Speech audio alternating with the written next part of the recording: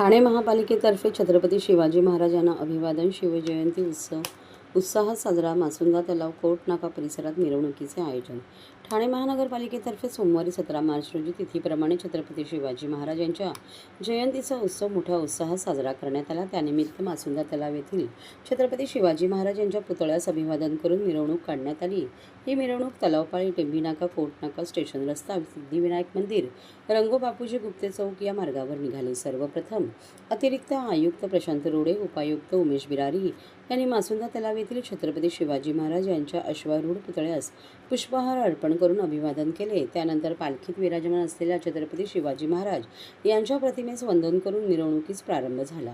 या मिरवणुकीत घोडेस्वार, लेझिम पथक, शिवकालीन खेळाचे प्रात्यक्षिक दाखवणारी पथके, बँड आदींचा समावेश होता. मिरवणुकीदरम्यान माजी उपमहापौर पल्लवी कदम, माजी नगरसेवक पवन कदम, माजी नगरसेवक सुधीर कोकाटे, उपायुक्त शंकर पाटोळे, सहाय्यक आयुक्त सोपान भाईक आदी मान्यवर उत्सवात सहभागी झाले. मिरवणूक मार्गात कोर्ट नाका येथे भारतरत्न डॉक्टर बाबासाहेब आंबेडकर, टेंबी नाका येथील धर्मवीर आनंद दिघे आणि तळावपाळी येथे पुण्यश्लोक अहिल्याबाई होळकर यांच्या पुतळ्यास पुष्पहार अर्पण करून अभिवादन करण्यात आले. मिरवणुकीत काळभैरव क्रीडा मंडळ, जय हनुमान क्रीडा मंडळ यांच्या कार्यकर्त्यांनी शिवकालीन खेळाची प्रात्यक्षिके सादर केली. मिरवणुकीची सांगता तळावपाळी येथे पुण्यश्लोक अहिल्याबाई होळकर यांच्या पुतळ्याला अभिवादन करून करण्यात आले.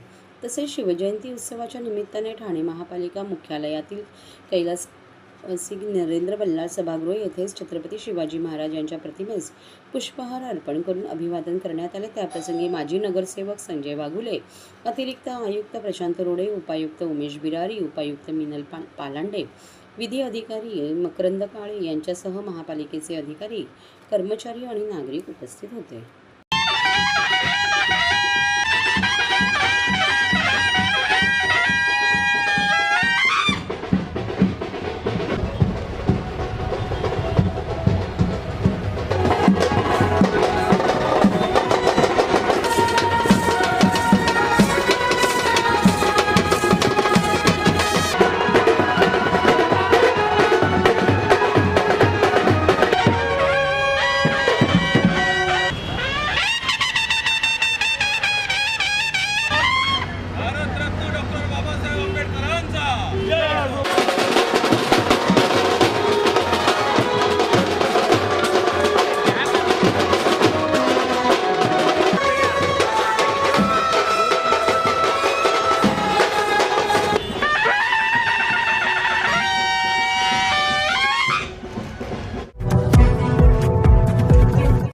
महाराष्ट्रातील भगिनींना आधार देणारी राज्य शासनाची मुख्यमंत्री माझी लाडकी बहीण योजना. या योजनेअंतर्गत अल्प उत्पन्न गटातील 21 ते 65 वयोगटाच्या भगिनींना मिळणार दरमहा 1500 रुपयांची मदत. अर्ज करण्यासाठी 31 ऑगस्ट 2024 पर्यंत मुदतवाढ. कुटुंबाचं वार्षिक उत्पन्न 2.5 लाख रुपयांपेक्षा कमी असलेल्या महिला पात्र. कुटुंबाकडे पिवळं किंवा केसरी रेशन कार्ड असल्यास उत्पन्नाचा दाखला आवश्यक नाही. पांढरं रेशन कार्ड असेल किंवा रेशन कार्ड नसेल तर कुटुंबाचं वार्षिक उत्पन्न 2.5 लाखांपेक्षा कमी असल्याचा दाखला आवश्यक. योजनेसाठीचा ऑनलाईन अर्ज नारी शक्ती दूत ॲपवरून किंवा पोर्टलवर भरता येईल. ज्या भगिनींना ऑनलाईन अर्ज भरता येत नसेल त्यांच्यासाठी अंगणवाडी, ग्रामपंचायत, वॉर्ड ऑफिस, सेतू सुविधा केंद्रामध्ये किंवा आशाताई बचत गटाच्या CRP यांची मदत उपलब्ध.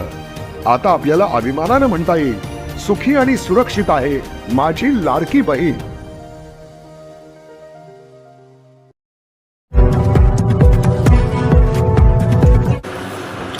ठाणे महापालिकेत 337 कोटींचा भ्रष्टाचार, तत्कालीन आयुक्तांची सखोल चौकशी करा.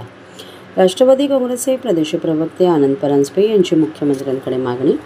ठाणे महापालिकेत गेल्या 5 वर्षापासून लेखापरीक्षण न झाल्यामुळे 337 कोटी रुपयांचा हिशोब लागत नसून ठाणे महापालिकेला केंद्र व राज्य सरकारकडून मिळालेल्या निधीची माहितीच उपलब्ध नाही. या प्रकरणाची गंभीर दखल घेऊन लेखापरीक्षण न झाल्याबद्दल राज्य सरकारने महापालिकेला विचारणा करावी. तसेच 337 कोटी रुपयांच्या भ्रष्टाचार प्रकरणी तत्कालीन आयुक्तांसह वरिष्ठ अधिकाऱ्यांची सखोल चौकशी करावी, अशी मागणीसुद्धा राष्ट्रवादी काँग्रेसचे प्रदेश प्रवक्ते, माजी खासदार आणि जिल्हाध्यक्ष आनंद परांजपे यांनी मुख्यमंत्री देवेंद्र फडणवीस यांच्याकडे पत्राद्वारे केली आहे. ठाणे महापालिकेचा 2025-26चा 5,645 कोटी रुपयांचा अर्थसंकल्प आयुक्त सौरभ राव यांनी मांडला असून यंदा अर्थसंकल्पात 600 कोटींची वाढ झाली आहे. ठाणे महापालिकेच्या उत्पन्नात वाढ होत असताना भ्रष्टाचाराच्या प्रकरणामध्येही वाढ होत आहे. आता लेखापरीक्षण टाळून भ्रष्टाचारावर पांघरून घालण्याचा नवा उद्योग सुरू झाला आहे, असा आरोप माजी खासदार आनंद परांजपे यांनी केला. दरवर्षी महापालिकेचे नियमानुसार लेखापरीक्षण होणे आवश्यक आहे, परंतु 2019-20 पर्यंत महापालिकेचे लेखापरीक्षण झाल्याचा धक्कादायक प्रकार उघडकीस आला आहे. गेल्या 5 वर्षात केंद्र सरकार, राज्य सरकारकडून विविध कामांसाठी प्राप्त निधी व अनुदान आणि करोना आपत्तीच्या काळातील अर्थसहाय्याची माहिती उपलब्ध नसून 337 कोटी रुपयांचा हिशोब लागला नाही. याकडे राष्ट्रवादी काँग्रेसचे जिल्हाध्यक्ष आनंद परांजपे यांनी मुख्यमंत्री देवेंद्र फडणवीस यांचे लक्ष वेधले आहे. या प्रकरणाची मुख्यमंत्री देवेंद्र फडणवीस यांनी गंभीर दखल घेऊन ठाणे महापालिकेच्या 5 वर्षात न झालेल्या लेखापरीक्षण प्रकरणी चौकशी समिती नेमावी, तसेच 337 कोटी रुपयांच्या भ्रष्टाचार प्रकरणी लेखापरीक्षण न झालेल्या वर्षी कार्यरत तत्कालीन महापालिका आयुक्तांसह वरिष्ठ अधिकाऱ्यांची सखोल चौकशी करावी, अशी मागणी राष्ट्रवादी काँग्रेसचे प्रदेश प्रवक्ते आनंद परांजपे यांनी केली आहे.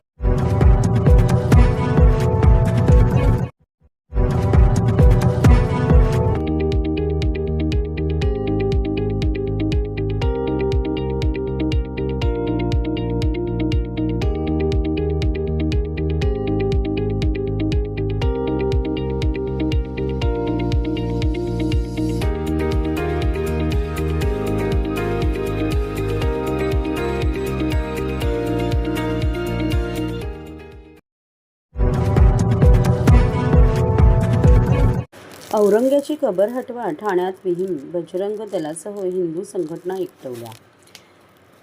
उझबेकिस्तानातून आलेल्या क्रूरकर्मा औरंगजेबाची कबर छत्रपती संभाजीनगरमधून हटवण्यात यावी, यासाठी विश्व हिंदू परिषद, बजरंग दल आणि हिंदू संघटनांकडून राज्यभर निदर्शने करण्यात आली. सोमवारी 17 मार्च ठाणे जिल्हाधिकारी कार्यालयाबाहेर देखील विश्व हिंदू परिषद, बजरंग दल व अन्य हिंदू संघटनांनी भगवे ध्वज फडकवत जोरदार घोषणाबाजी करून निदर्शने केली. औरंग्या अहिल्यादेवी नगर येथे मेला व नंतर त्याचे प्रेत काढून ते छत्रपती संभाजीनगर येथे पुरून त्या ठिकाणी त्याची कबर उभारण्यात आली. ही कबर म्हणजे गुलामगिरीचे चिन्ह आहे, तेव्हा ती कबर तेथून हटवून तेथील सुरक्षा देखील काढण्यात यावी, अशी मागणी करून आंदोलकांनी मुख्यमंत्री देवेंद्र फडणवीस यांच्या नावे निवेदन जिल्हाधिकारी अशोक शिंगारे यांच्याकडे सुपूर्द केले. या आंदोलनात बजरंग दल प्रांत संयोजक रणजित जाधव, शिवशंभू विचार मंच कोकण प्रांत संयोजक अभयराजे जगताप, ठाणे जिल्हा बजरंग दल संयोजक विजय पांडे, शिवसंस्कृती प्रतिष्ठानाचे दत्ता घाडगे, दुर्गा वाहिनी प्रांत संयोजक स्वाती भोसले, विहिप ठाणे शहर उपाध्यक्ष माधुरी ओक, ठाणे जिल्हा मातृशक्ती संघटनेच्या माधुरी महाजन, रजनी जैन आदींसह शेकडोच्या संख्येने स्वयंसेवक आणि कार्यकर्ते उपस्थित होते.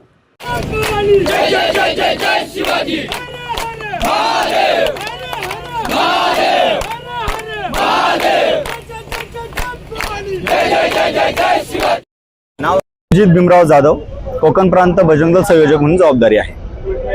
औरंगजेबाची जी कबर छत्रपती संभाजीनगरमध्ये आहे, विश्व हिंदू परिषद बजरंग दलाचं म्हणणं असं आहे की औरंगजेबाचा आदर्श कोणीही या भारत देशामध्ये मानत नाही. छत्रपती शिवाजी महाराज, छत्रपती संभाजी महाराजांचा आदर्श आम्ही मानतो आहोत. उझबेकिस्तानमधून आलेल्या क्रूर औरंगजेबाची कबर छत्रपती संभाजीनगरमध्ये असण्याची आवश्यकता नाही. आतापर्यंत खपवून घेतली, इथून पुढे खपवून घेणार नाही. आणि सरकारला आमची विनंती आहे की त्वरित ती कबर संविधानात्मक मार्गाने काढून घेण्यात यावी आणि ती जागा रिकामी करण्यात यावी. तिथे सुरक्षेची सुद्धा आवश्यकता नाही. केंद्राने त्यांना जी सुरक्षा दिली, आमची केंद्र सरकारला सुद्धा मागणी हीच आहे की ती सुरक्षा काढून घ्यावी, कारण तिथे असं काही खूप महत्त्वाचा मौल्यवान ठेवा नाहीये. ती जी कबर आहे, ती कबर ही गुलामगिरीचं चिन्ह आहे, क्रूरतेचं चिन्ह आहे आणि ह्या देशामध्ये अशा कबरीची आवश्यकता नाही.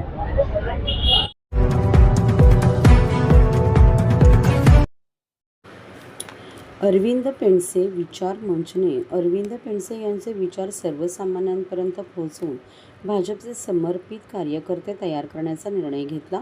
मंचचे अध्यक्ष व भाजपचे ज्येष्ठ नेते ओमप्रकाश शर्मा यांच्या अध्यक्षतेखाली वुडलँड हॉटेलमध्ये झालेल्या बैठकीत ते म्हणाले की भाजपचे कष्टाळू नेते आणि ठाणे जिल्हा संघटन मंत्री दिवंगत अरविंद पेंडसे यांनी 1980 साली भाजपाच्या स्थापनेपासून संघटना मजबूत करण्यासाठी आपले जीवन समर्पित केले.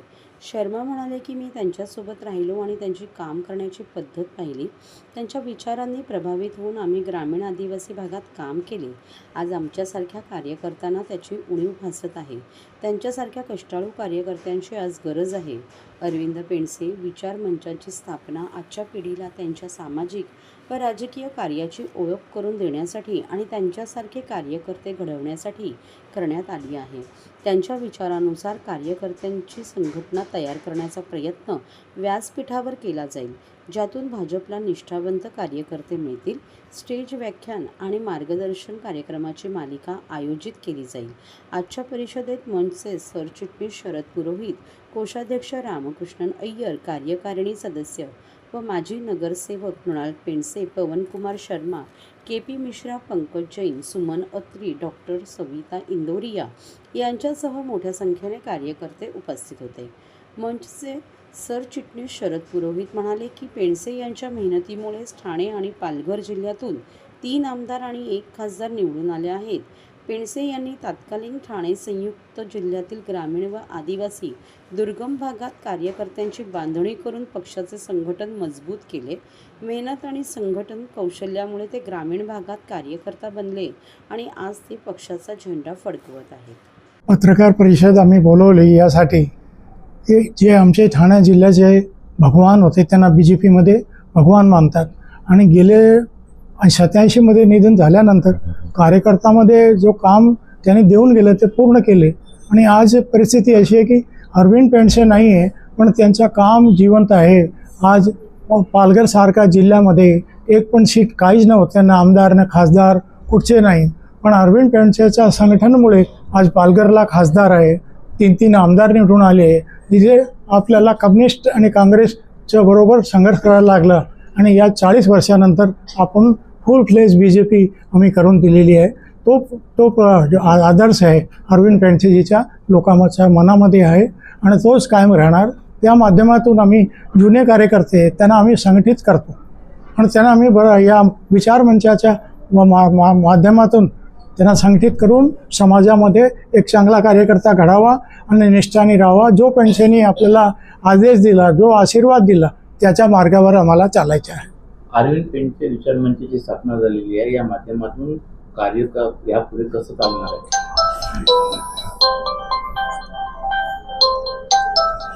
ठीक. काय बोलले जरा?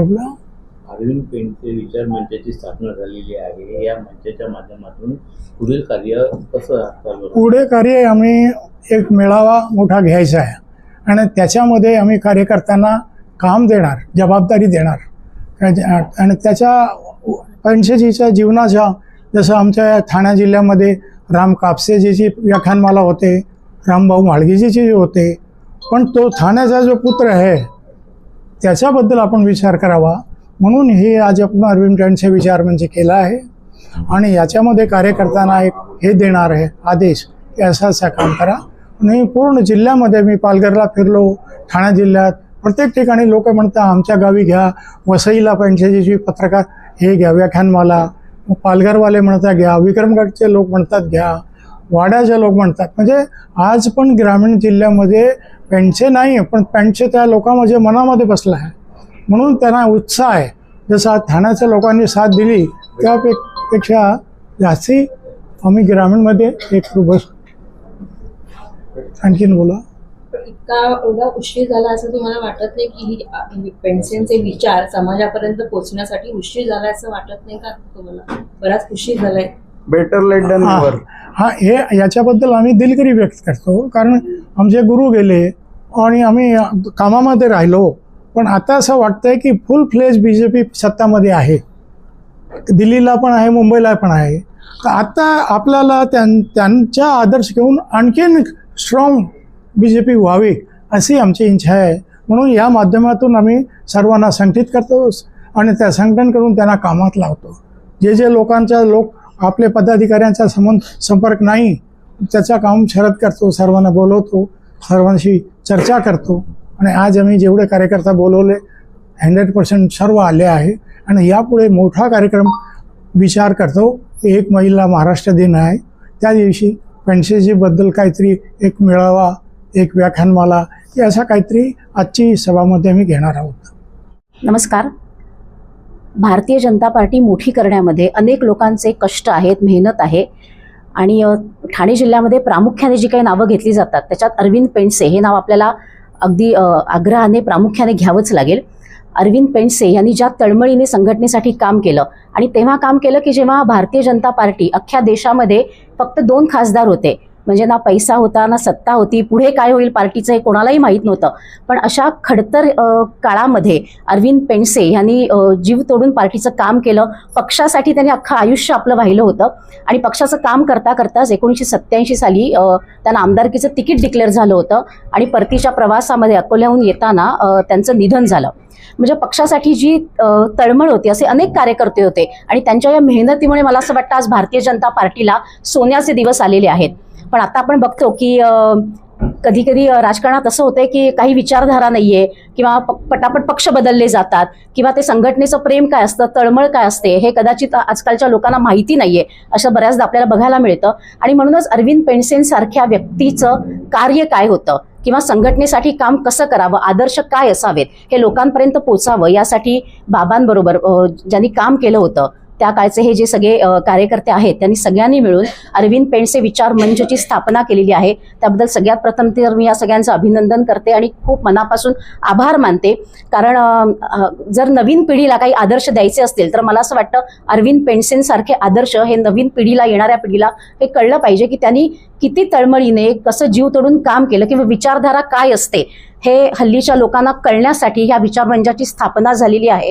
आणि मला खात्री आहे की येणाऱ्या काळामध्ये या विचारमंचाच्या माध्यमातून अनेक चांगले उपक्रम हाती घेतले जातील, जसं अरविंद पेंडसे व्याख्यानमाला असेल किंवा प्रबोधनात्मक काही कार्यक्रम या विचारमंचाच्या माध्यमातून लोकांना देण्याचा आम्ही नक्कीच प्रयत्न करणार आहोत. धन्यवाद.